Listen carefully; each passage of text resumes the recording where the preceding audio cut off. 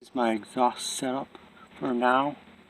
Has TotalFlow mufflers on it, and I had a Summit Racing cap back on it. It wasn't loud enough, so these are almost like Flowmaster 10s, but I only got these for 20 bucks a piece off of Amazon.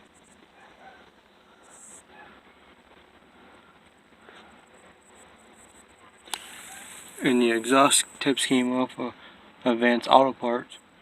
I think I got those for 40 bucks for two of them.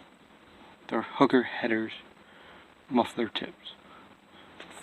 I think it's a 3 or 3.5 inch tip.